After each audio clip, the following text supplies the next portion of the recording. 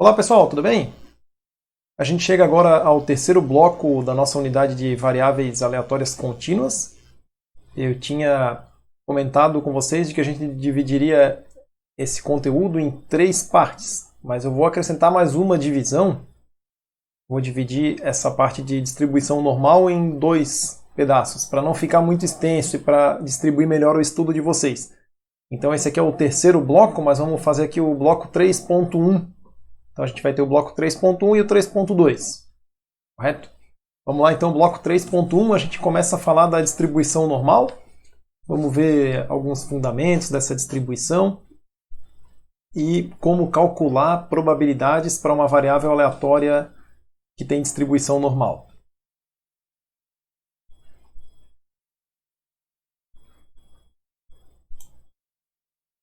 Um pouquinho da história, bem breve aqui. Distribuição normal começou a ganhar forma lá pelo meados do século XVIII, 1700 e um pouquinho, com o matemático de Moivre, matemático francês, estudando aproximação para somas de variáveis binomiais, quando n tendia ao infinito. E aí ele chegou numa expressão que está colocada aqui para a gente. Poucos anos depois, o cientista alemão Gauss, estudando densidade de probabilidade de erro em observações de astronomia, também chegou numa expressão aqui que tem guarda alguma semelhança com essa aqui do de Moivre. E nessa linha de pesquisas e estudos nesse sentido aqui, com contribuições de alguns matemáticos bastante importantes na história da matemática, o pessoal chegou na forma final da distribuição normal e que hoje é um dos modelos de probabilidade mais largamente aplicados. O que acontece é que na prática, muitos fenômenos aleatórios podem ser modelados ou aproximadamente modelados pela distribuição normal. E isso está explicado no que é conhecido como o teorema central do limite. E pode ser interpretado da seguinte maneira: a variável aleatória que for o resultado médio das réplicas de um experimento aleatório tenderá a ter uma distribuição normal. E quando é que a gente faz média de algum resultado de experimento aleatório? Vamos ver alguns exemplos. Controle estatístico de processo, um exemplo bem da indústria aí, né? Onde a gente vai fazendo um monitoramento do processo e para fazer isso aqui a gente coleta pequenas amostras da característica que está sendo observada, que está sendo controlada e faz média amostras. Então a distribuição normal é utilizada nesses modelos. Erro dimensional em uma peça usinada, ele está sujeito a influência de diversos fatores, como variações de temperatura, variações de outras condições como umidade, vibrações próximas da máquina ali, vibrações da própria máquina. Por fim, na média, isso aqui vai causar uma variação na dimensão que pode ser modelada por uma distribuição normal. Quando a gente vai... experimentos em geral, pega lá um multímetro, vamos medir a tensão num circuito elétrico, em algum ponto daquele circuito, repete aquela medição algumas vezes, vai ter a variabilidade, vamos tirar uma média. Então, nessas diversas situações aí, a distribuição normal é um bom modelo para a variabilidade dessas variáveis. A gente poderia citar aqui mais inúmeros exemplos na natureza, mas a ideia, o importante aqui é pegar essa ideia de que a média de réplicas de experimento aleatório tende a ter uma distribuição normal.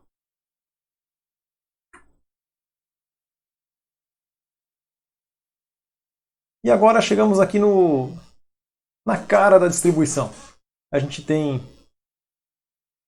aqui um gráfico de uma distribuição normal genérica, um pedaço dela, né? Pois o domínio dessa função é de menos infinito até mais infinito. A expressão matemática está aqui. f de x, a gente vê que a gente tem os parâmetros média e variância, que vão caracterizar a forma da função. Então, os dois parâmetros que caracterizam a distribuição normal, média e a variância, ou o desvio padrão. E pelo formato aqui, vocês veem que ela tem essa forma de sino, então também é conhecida aí como curva com forma de sino, no inglês, bell-shaped. Também chamada de gaussiana pela contribuição do matemático Gauss, como nós vimos no começo. E está aqui, essa é a distribuição normal. Uma forma de representar ou de descrever uma certa variável aleatória que tem a distribuição normal é essa daqui, um n, e daí dentro do parênteses os dois parâmetros que caracterizam a distribuição, o n de normal e o μ, letra grega para média, variância. Como é que a variação de média e da variância influenciam na forma da distribuição normal? Vamos dar uma olhada juntos ali. Aqui a gente tem duas curvas de distribuições normais. Por enquanto elas estão sobrepostas. As duas têm média igual a 0 e o desvio padrão igual a 2. Agora eu vou alterar a média de uma delas. A média da distribuição vermelha continua sendo 0. Aí a linha tracejada está indicando as médias das distribuições aqui. E a distribuição azul, média igual a 5. Então reparem que simplesmente deslocou a posição central da distribuição, que é justamente o significado da média. E agora vamos alterar o desvio padrão. Eu voltei até as duas distribuições com a mesma média e alterei só o desvio padrão da curva vermelha. Ele agora vale 3, e a da curva azul vale 2. Repare que um desvio padrão maior implica uma dispersão maior da curva. Lembram? Desvio padrão, medida da dispersão da variável aleatória. Então, e a altura da curva, reparem que ficou mais baixa, ou menor do que a da outra ali, pois a área sobre a curva inteira, né, integrando toda a curva, é uma constante, vale 1. Lembram? Então, por isso a altura diminuiu aqui, para que a área mantivesse constante. E aqui a gente teve essa visualização das influências de diferentes médias e diferentes valores de desvio padrão sobre o formato da curva da distribuição normal.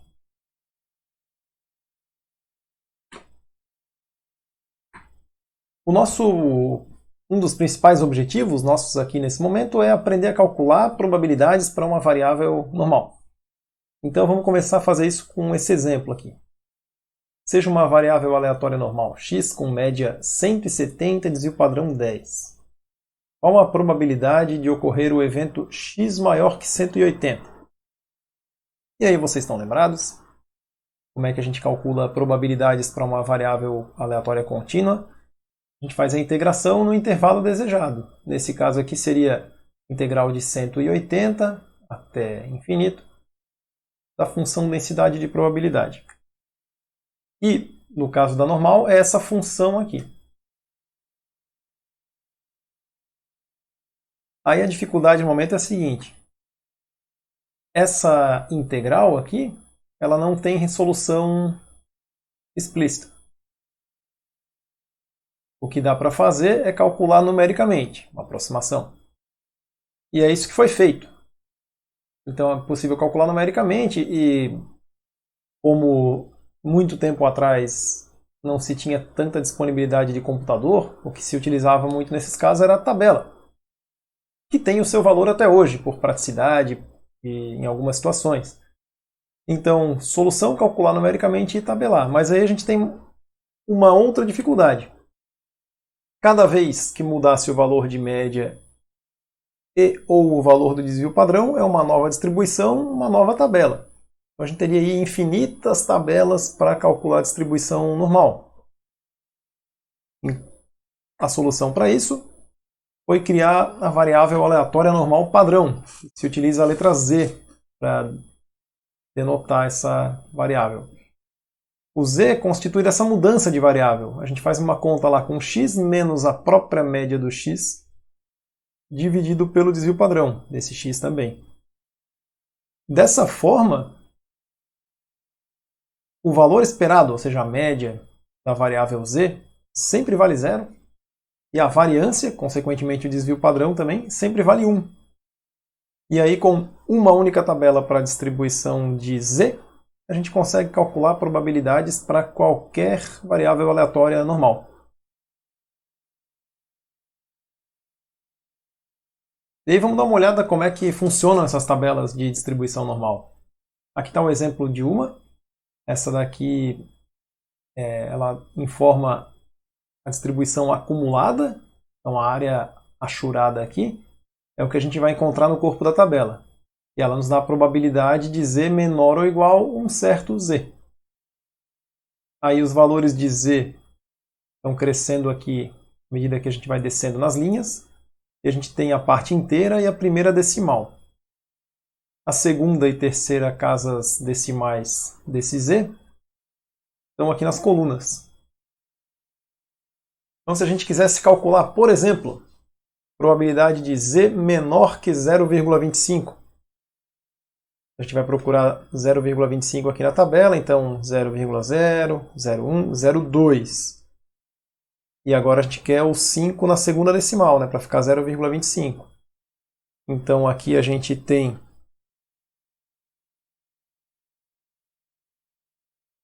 o 0,21, o 0,22, 0,23, o 0,25 está aqui.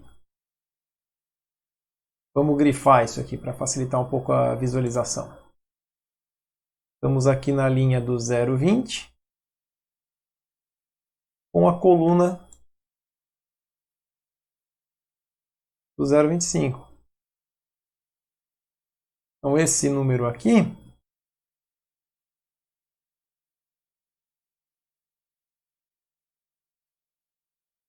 é a probabilidade de z menor que 0,25.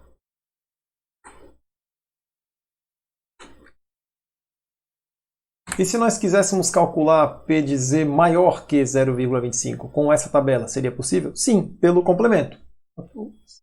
O z maior do que 0,25 vai ser o complemento do z menor do que 0,25.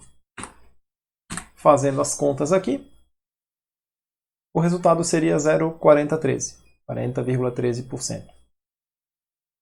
E a gente tem que tomar um cuidado quando for utilizar uma tabela, né? Vai jogar lá na internet, tabela, distribuição normal. Elas podem ter um funcionamento um pouquinho diferente, então é importante entender como que a tabela funciona. Por exemplo, essa tabela aqui, ela informa a área acima do z que a gente está olhando. Em vez de mostrar a distribuição acumulada, ela mostra o complemento da acumulada.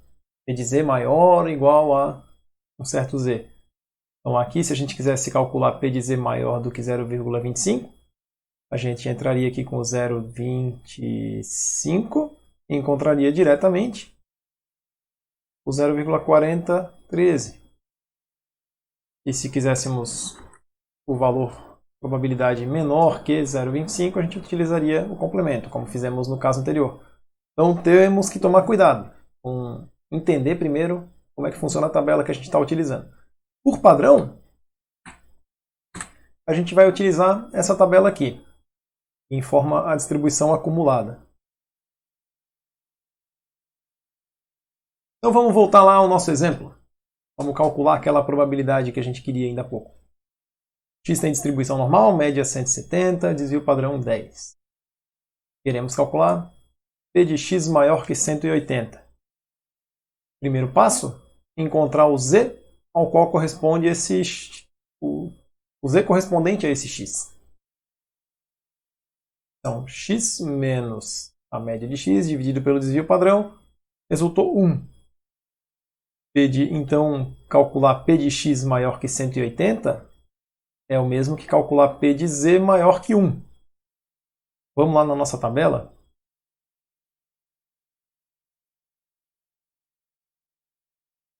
É P de z menor que 180, que é a mesma coisa que P de z menor que 1.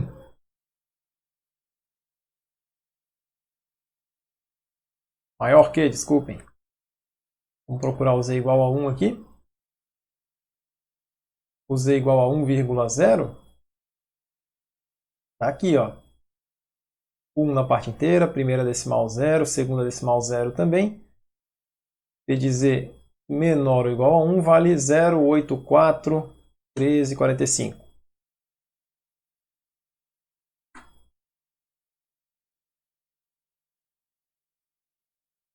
Fazendo o complemento daquele valor que a gente encontrou ali, a gente vai chegar aqui P de x maior que 180 é igual a 0,1587.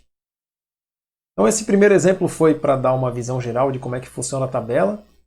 Nos exercícios a seguir, a gente vai trabalhar isso aqui de maneira bem completa, bem exaustiva, para ficar bem claro isso aí. Ok? Vamos lá então com os exercícios. Exercício 1.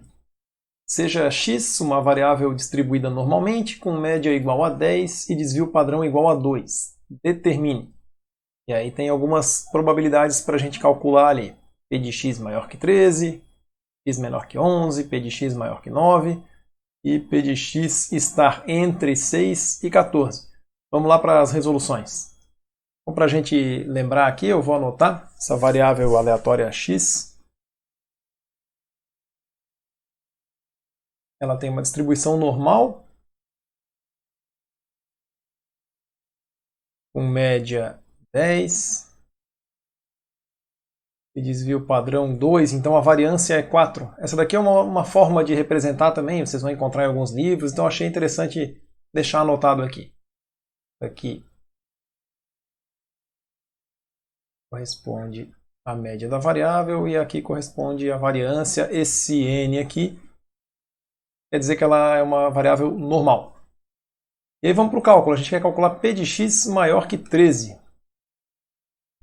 Eu coloquei um gráfico aqui para facilitar a nossa visualização. Ajuda bastante. Eu recomendo vocês sempre fazerem um esboço do gráfico quando forem fazer esses cálculos de probabilidades, principalmente no começo. Então aqui bem no meio, a gente tem a média da variável. Nós vimos que vale 10, correto? E a gente quer calcular P de x maior que 13. O 13 vai estar por aqui assim.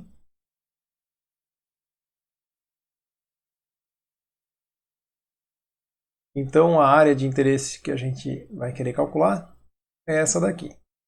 Como nós vimos, a gente precisa calcular um z, corresponde a esse x aqui, para depois ir lá na tabela e obter o valor da probabilidade, da integração da curva naquele intervalo, da área sobre a curva. Então aqui corresponde um z.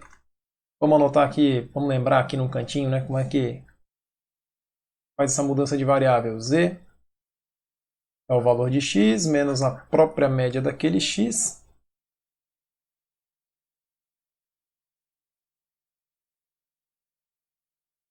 dividido pelo desvio padrão. Vou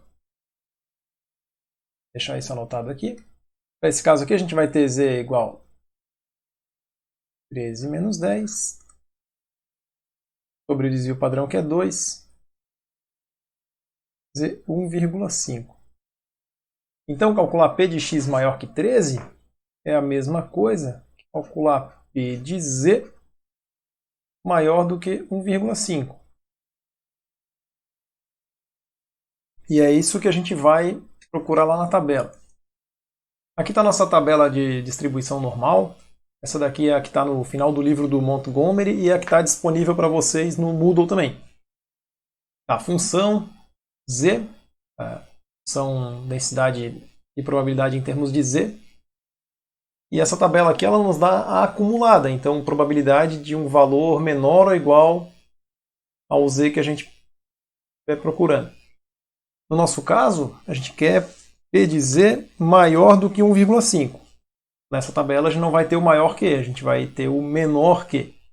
Então a gente vai usar o complemento aqui, né? Agora vamos procurar a probabilidade correspondente a z igual a 1,5 positivo. A probabilidade de z menor do que 1,5. Estamos aqui no lado de Z positivo.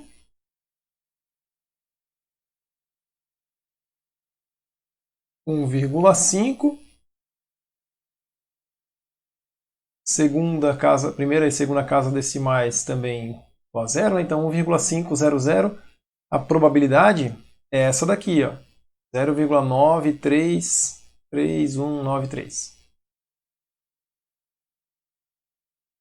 Vamos voltar lá para a nossa conta. Tirando proveito da informação que a gente tem na tabela, 1 menos P de Z menor que 1,5. E essa quantidade aqui foi a que a gente encontrou lá na tabela. E vale, eu vou arredondar aqui, vou utilizar 4 casas decimais.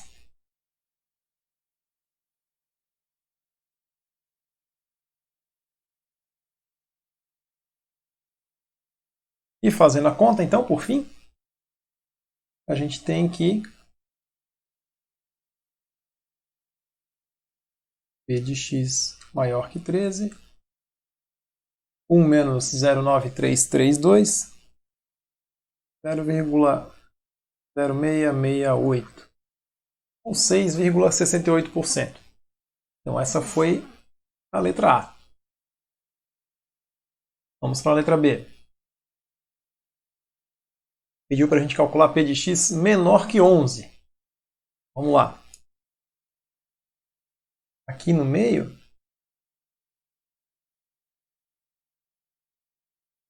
a gente tem o x igual a 10, o 11 vai estar assim. Então a nossa área de interesse, x menor que 11, a probabilidade que a gente quer calcular corresponde a essa área aqui, abaixo do 11.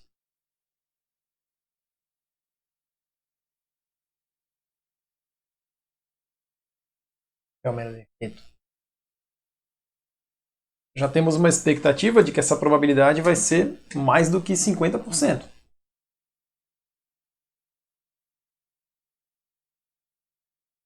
Vamos usar os cálculos então. Vamos encontrar o z que corresponde a esse 11 aqui. A gente vai ter 11 menos 10 dividido por 2, 0,5. P de x menor que 11 é a mesma coisa que calcular P de z menor que 0,5. E agora vamos lá na tabela procurar essa probabilidade relacionada ao 0,5. P de z menor do que 0,5. Então aqui a gente tem acumulada, P de z menor do que um certo valor. A gente quer esse valor como 0,5.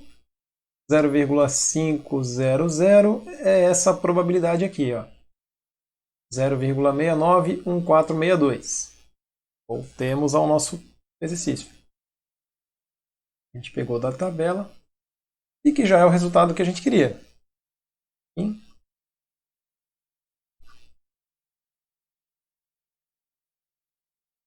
69,14%. Como a gente já esperava, maior do que 50%. Então, graficamente, a gente já tinha aqui uma expectativa do resultado. Isso também ajuda a dar uma segurança quando a gente está fazendo os cálculos. Vamos à letra C. P de x maior do que 9. P de x maior do que 9. Então, vai ser a área acima aqui, além, a partir do 9 até mais infinito. O z correspondente, 9 menos 10 menos 1 dividido por 2. Agora temos uns menos 0,5. Portanto, calcular P de x maior que 9 é o mesmo valor de P de z maior do que menos 0,5. E aí a gente vai lá para a tabela. Se a gente quiser utilizar simetria, reparem o seguinte. No exercício anterior, a gente tinha o z igual a 0,5.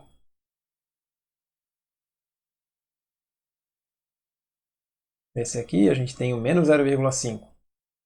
Qual que era o tamanho dessa... Reparem que essa área que está achurada aqui, né, à direita do menos 0,5, por simetria do problema, vai ser exatamente igual a essa área aqui. Então a gente nem precisa fazer novas contas. Nós sabemos que essa probabilidade de P de x menor que 11, ou melhor ainda, de P de x maior que 9,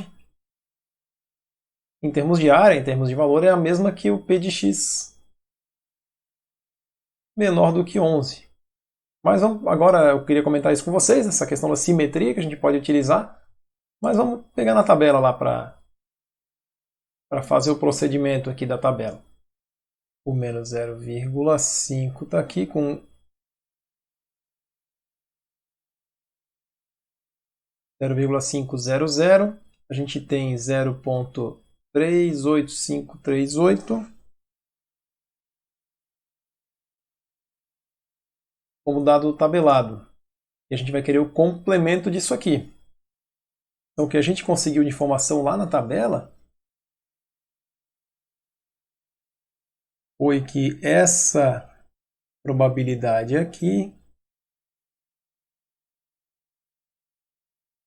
vale 0,3085, como 4 casas decimais. Então aqui a gente vai utilizar o complemento. E esse aqui foi o dado que a gente encontrou na tabela, está ali no gráfico também. Por fim, a probabilidade que a gente queria, P de x maior que 9. 0, aí com o arredondamento que a gente utilizou aqui, né, 6915. Está resolvida a letra C. Vamos para a letra D. Agora a gente quer x entre dois valores. Vamos marcar esses valores aqui. Reparem que a gente quer x entre 6 e 14, sendo que a média de x é 10. Então, essa distância aqui é simétrica, são 4 unidades para a direita, 4 unidades para a esquerda. E a probabilidade do nosso interesse é essa aqui, dentro desse intervalo. E agora a gente já conhece um pouco a tabela, já podemos pegar algum atalho. Vocês concordam comigo que o que vai ser bem rapidinho da gente encontrar na tabela vai ser esse valor aqui, que eu estou achurando aqui, à esquerda do 6. E a gente pode dizer que a probabilidade daquela área de interesse nossa vai ser igual a 1 menos 2 vezes probabilidade de x menor que 6. Não é a única forma de fazer, mas é um atalho que a gente está pegando aqui, aproveitando a simetria do problema. Para a gente calcular o P de x menor que 6, a gente vai encontrar o z correspondente a esse 6. E é menos 2, né? Aplicando aquela formulazinha para o cálculo do z. Então, vai ter aqui menos P de z menor que menos 2. E esse valor aqui a gente vai pegar lá na tabela. Vamos lá. Z menos 3,9 menos 3,5. A gente quer menos 2,0. Aí cuidado aqui na tabela, né? A primeira decimal está aqui, a segunda decimal está aqui em cima. O 2,00 vai ser lá na última coluna. 2,00. A probabilidade que a gente quer é essa daqui, 0,022750. Vamos anotar aqui o valor que a gente pegou lá da tabela.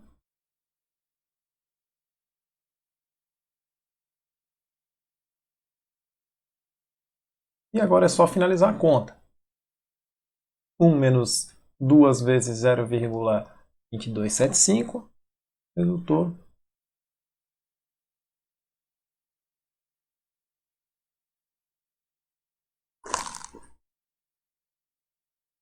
95,45%. Está resolvido o exercício 1. Vamos agora para o exercício 2. Para a mesma variável x, determine o valor de x0 que resolve.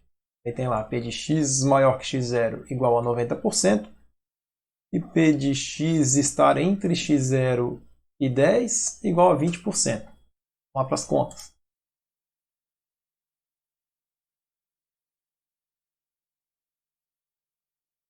Aqui na letra A, a gente tem a probabilidade de x maior que x0 igual a 90%.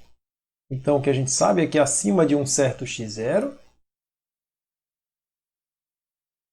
a gente tem 90% de probabilidade. Isso quer dizer que esse x0 vai ter que estar aqui pela esquerda do gráfico para que a gente consiga ter 90% de área à direita dele. Vou botar aqui nosso x0 e é o valor desse x0 que nós queremos encontrar. Essa área aqui, direita dele,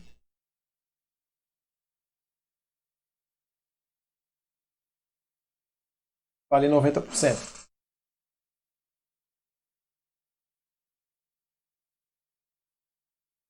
que a gente vai fazer? A gente vai procurar na tabela algum z que corresponda a essa área, transformar esse z para x. Como a nossa tabela trabalha com a função de distribuição acumulada, vai ser mais fácil a gente pegar aqui o valor à esquerda do x. E nós sabemos que é de 10%. É o complemento do 90%. Então vamos lá procurar.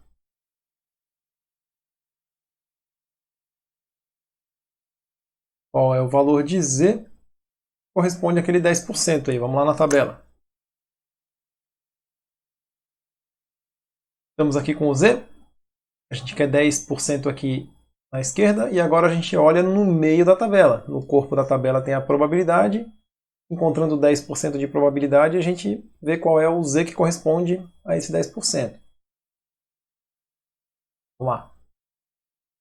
Reparem que a gente vai andando aqui da esquerda para a direita, se aproximando do zero, essa probabilidade vai crescendo. Então aqui está bem baixinha, vai crescendo, vai subindo.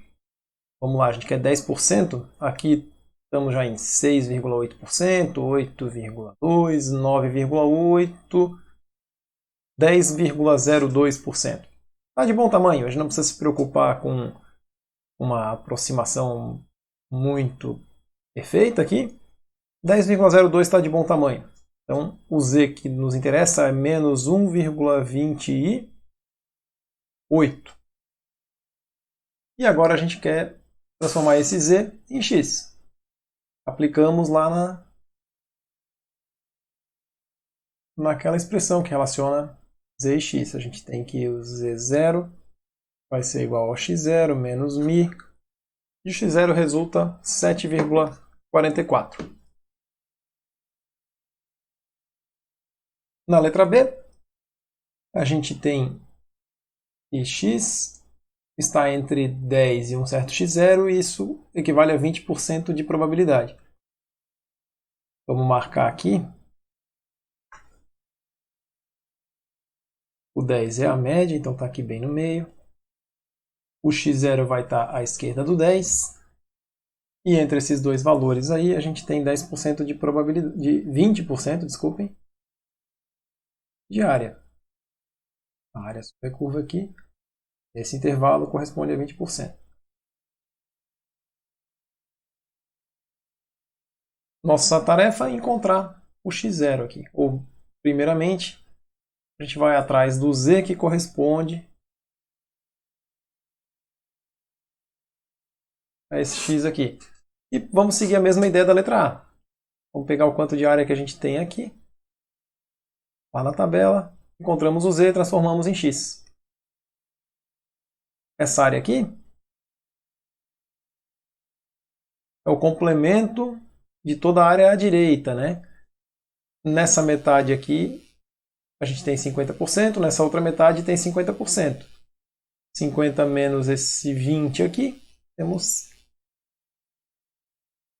30% de área. Então, vamos lá na tabela procurar uma área de 30%. Temos achado o 10 aqui perto do menos 1,20, então vamos descendo mais um pouquinho.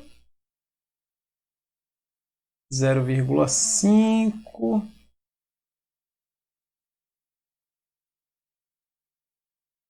Encontramos aqui 30,5%, 30,15%, 29,8%, então vai estar por aqui. Vamos pegar aqui o 30,15% como uma boa aproximação. Então aqui corresponde ao z menos 0,50 e 2.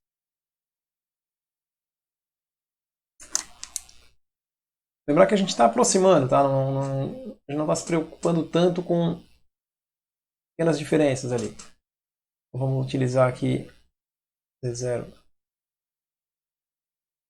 A gente não precisa ficar fazendo interpolações. Qualquer coisa, utilizando algum software, teria esses valores exatos bem rapidamente.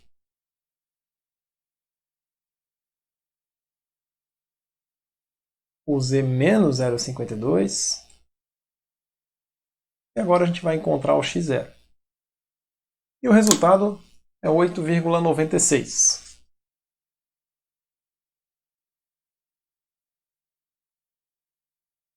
Esse foi o bloco 3.1 da nossa unidade de variáveis aleatórias contínuas. A gente encerra esse bloco por aqui. E nos vemos no próximo vídeo para finalizar o nosso conteúdo da unidade 4. Obrigado pela atenção e até mais!